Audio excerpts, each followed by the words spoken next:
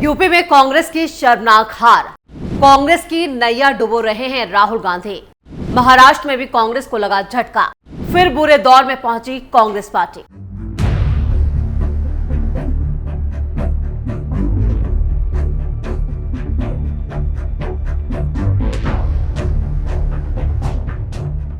नमस्कार, आप देख रहे हैं कैपिटल टीवी की स्पेशल स्टोरी। मैं हूं परवीन शेख।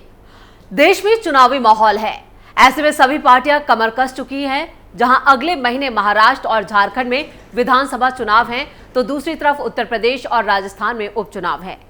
सभी चुनावों के लिए तारीखों का ऐलान भी कर दिया गया है और यहां पर सभी ने अपने उम्मीदवारों का ऐलान भी किया है। इन चुनावों में कांग्रेस सबसे कमजोर नजर आ रही है, क्योंकि गठबंधन में सबसे ज्यादा सीटों का नुकसान कांग्रेस को ही झेलना पड़ा है। यूपी की 9 विधानसभा सीटों पर 13 नवंबर को उपचुनाव है। समाजवादी पार्टी ने अकेले उतरने की बुधवार आधी रात घोषणा की और गुरुवार दिन सियासी पारा हाई रहा। सत्ता पर काबिज बीजेपी और विपक्षी बहुजन समाज पार्टी ने अपने उम्मीदवारों की सूची जारी की, जबकि कांग्रेस ने त्रिकोणीय मुकाबले से बाहर रहने और इंडिया अलायंस का समर्थन करने का विकल्प चुना।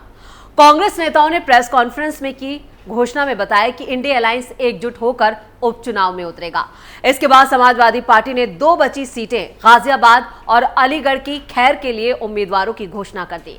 इससे पहले तक समाजवादी पार्टी ने इन सीटों पर कांग्रेस को देने की बात जरूर कही थी, लेकिन कांग्रेस ने अपने उम्मीदवारों का ऐलान नहीं किया और कांग्रेस के सीनियर नेता अजय राय ने कहा, हम चुनाव नहीं लड़ रहे हैं, लेकिन उपचुनाव में सपा का समर्थन करेंगे। इंडिया अलायंस एकजुट है। इसके साथ ही अजय राय ने उन खबरों का भी खंडन कर दिया कि रणनीति के तहत कांग्रेस उम्मीदवार समाजवादी पार्टी के चुनाव चिन्ह पर कुछ सीटों पर चुनाव लड़ेंगे। इस पर अजय राय ने कहा, यह बिल्कुल भी सच नहीं है। कांग्रेस ये चुनाव नहीं लड़ रही है, लेकिन समाजवादी पार्टी का समर्थन करेगी। इसके उम्मीदवार सभी सीटों पर चुनाव लड़ेंगे। इधर बीजेपी ने भी मुजफ्फरनगर की मीरापुर सीट अपने सहयोगी आरएलडी के लिए छोड़ दी, जिसने पूर्व विधायक मिथिलेश पाल को मैदान में उतारा है। 2022 के चुनावों में आरएलडी ने यह सीट जीती थी और बीजेपी ने बाकी सभी 8 सीटों पर अपने उम्मीदवार खड़े किए, जो उसके दूसरे सहयोगी निषाद पार्टी के लिए एक जबरदस्त झटका है। निषाद पार्टी ने 2 सीटें यहां पर मिर्जापुर की मंझवा और अंबेडकर नगर की कटहरी पर दावा किया था। ये वो सीटें थी जिन पर निषाद पार्टी ने 2022 के चुनावों में बीजेपी के साथ गठबंधन करके चुनाव लड़ा था और मंझवा में जीत हासिल की थी, जबकि कटहरी में वो हार गए थे। निषाद पार्टी के मैदान में न होने से मंझवा में बीजेपी की सुचिस्मिता मौर्य का मुकाबला समाजवादी पार्टी के डॉक्टर ज्योति बिंद और बीएसपी के दीपक तिवारी से होगा, जबकि कटेरी में बीजेपी के धर्मराज निषाद और शोभावती वर्मा और अमित वर्मा के बीच यहां पर मुकाबला है। निषाद पार्टी नाराज तो नहीं है। बीजेपी नेताओं की माने तो धर्मराज निषाद बीएसपी से 3 बार विधायक रह चुके हैं और वो 2022 के चुनावों से पहले बीजेपी में शामिल हुए थे। यूपी सरकार में मंत्री हैं और निषाद पार्टी के प्रमुख संजय निषाद ने भी यहाँ पर अपनी पार्टी की कोर कमेटी की बैठक जरूर बुलाई है, लेकिन जिस तरह से बीजेपी के कद्दावर नेताओं को निषाद पार्टी को मनाने के लिए मैदान में छोड़ा गया, उससे ये साफ हो गया है कि निषाद पार्टी अब किसी तरह के यहाँ पर दावे नहीं करेगी। समाजवादी पार्टी की एक और लिस्ट। समाजवादी पार्टी ने पहले 7 उम्मीदवारों के नामों का ऐलान किया था। करहल से तेज प्रताप यादव, सीसामऊ से नसीम सोलंकी, फूलपुर से मुस्तफा सिद्दीकी, कटहरी से शोभावती वर्मा और मंझवा से ज्योति बिंद, मीरापुर में सुंबल राणा और कुंद्रकी से मोहम्मद रिजवान। ये पार्टी ने गुरुवार को 2 और उम्मीदवारों के नामों का ऐलान किया, जिनमें सिंहराज जाटव जो गाजियाबाद से और चारू कैन खैर से उम्मीदवार हैं। बीजेपी की भी लिस्ट जारी। बीजेपी की सूची में कुंद्रकी से रामवीर सिंह ठाकुर, गाजियाबाद से संजीव शर्मा, खैर से सुरेंद्र दिलेर और करहल से अनुजेश यादव, फूलपुर सीट से दीपक पटेल, कटहरी से धर्मराज निषाद और मंझवा से सुचिस्मिता मौर्य और सीसामऊ सीट से सुरेश अवस्थी शामिल हैं। आरएलडी ने मीरापुर से मिथिलेश पाल को गठबंधन का प्रत्याशी बनाया है। बीएसपी की लिस्ट में अमित वर्मा कटेरी से, जितेंद्र कुमार सिंह फूलपुर से और शाहनजर मीरापुर से, वीरेंद्र कुमार शुक्ला सीसामऊ से और अवनीश कुमार शाक्या करहल से, जबकि रफत उल्लाह कुंद्रकी से और परमानंद गर्ग गाजियाबाद से, दीपक तिवारी मंझवा से शामिल हैं। यूपी बीएसपी प्रमुख विश्वनाथ पाल ने कहा है कि बीएसपी ने हमेशा जिसकी जितनी संख्या भारी है उतनी ही हिस्सेदारी के सिद्धांत का पालन किया है और आज की लिस्ट भी उसी सिद्धांत का पालन करती है। बीएसपी ने अब तक अलीगढ़ जिले की खैर जो SC ST पर अपने 9वें उम्मीदवार के नाम का ऐलान नहीं किया है। करहल में अखिलेश की साख दांव पर। करहल 1993 से समाजवादी पार्टी का गढ़ मानी जाती रही और इस पर मुलायम सिंह यादव के पोते तेज प्रताप यादव और अनुजेश यादव के बीच आमना सामना होगा। ऐसे में यहां अखिलेश यादव की साख दांव पर लगी हुई है। 2022 के विधानसभा चुनाव में सीसामऊ, कटहरी, करहल, मिल्कीपुर और कुंदुरकी पर समाजवादी पार्टी ने ही कब्जा किया था, जबकि बीजेपी ने फूलपुर, गाजियाबाद और खैर पर जीत दर्ज की थी। वहीं आरएलडी ने मीरापुर सीट जीती थी और निषाद पार्टी मंधवा सीट पर विजयी हुई थी। उत्तर प्रदेश की 9 विधानसभा सीटों पर उपचुनाव जो है वो 13 नवंबर को होगा और नतीजे 23 नवंबर को घोषित किए जाएंगे। इनमें सीसामऊ को छोड़कर बाकी सीटों से विधायकों ने लोकसभा के लिए चुने जाने की वजह से विधानसभा की सदस्यता से इस्तीफा दे दिया था।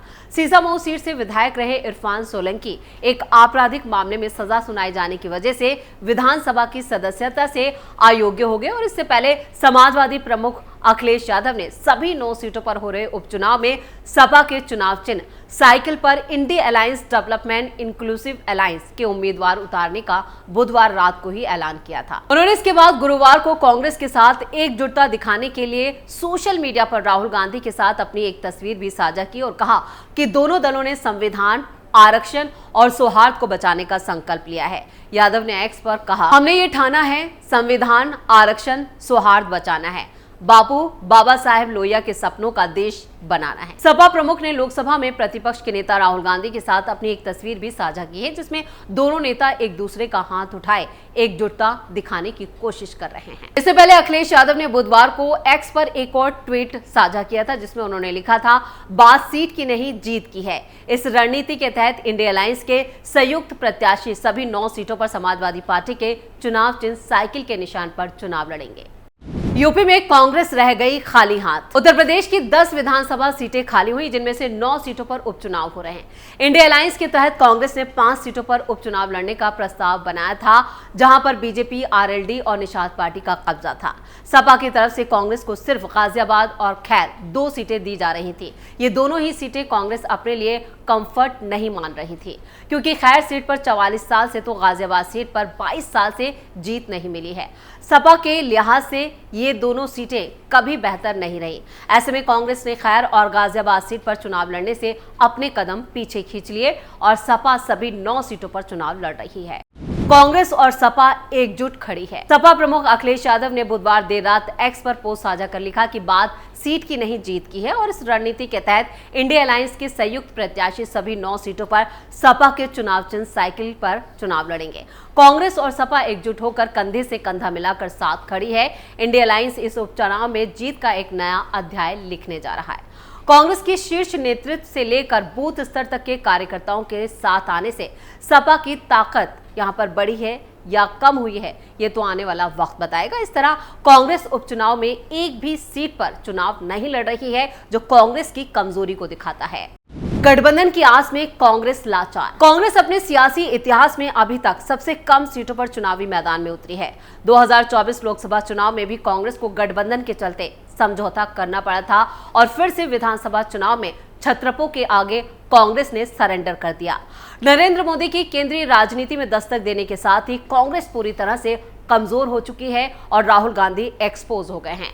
कांग्रेस के हाथों से देश की ही सत्ता नहीं गई है, बल्कि राज्यों से बाहर होती जा रही है। हरियाणा चुनाव की जीती बाजी जिस तरह कांग्रेस हारी है और उसके चलते इंडिया अलायंस के सहयोगी दलों ने उस पर सवाल खड़े करने शुरू कर दिए थे और इसी का नतीजा है कि कांग्रेस महाराष्ट्र से लेकर झारखंड और यूपी तक में उसे समझौता करना पड़ा है। एक तरह से क्षेत्रीय दलों के सामने कांग्रेस को सरेंडर करना पड़ा है। उत्तर प्रदेश उपचुनाव की तस्वीर अब पूरी तरह से साफ हो चुकी है। सभी प्रमुख राजनीतिक दलों ने अपने अपने उम्मीदवारों की घोषणा कर दी है। बीजेपी, बीएसपी और समाजवादी पार्टी ने अपने उम्मीदवारों की लिस्ट जारी कर दी है। सभी पार्टियों के उम्मीदवार चुनावी जंग में उतर गए हैं, जिससे चुनावी मुकाबला अब दिलचस्प हो गया है और बीजेपी की जो रणनीति है वो एक कदम आगे नजर आ रही है। सीएम योगी आदित्यनाथ ने बहुत पहले ही ये एक तरह से कहें कि उन्होंने प्रतिज्ञा ली है कि 10 की 10 सीटें उन्हें जीतनी है, लेकिन चुनाव जो है वो अब 9 सीटों पर हो रहा है। ऐसे में योगी के लिए भी ये साख की बात है, लेकिन अखिलेश यादव भी अब पूरी तरह से मैदान में आ चुके हैं, जबकि कांग्रेस पार्टी मैदान छोड़ चुकी है। स्पेशल स्टोरी में इतना ही। वीडियो कैसा लगा कमेंट करके अपनी राय जरूर दें। वीडियो को लाइक करें, शेयर करें और कैपिटल टीवी को सब्सक्राइब जरूर करें। नमस्कार।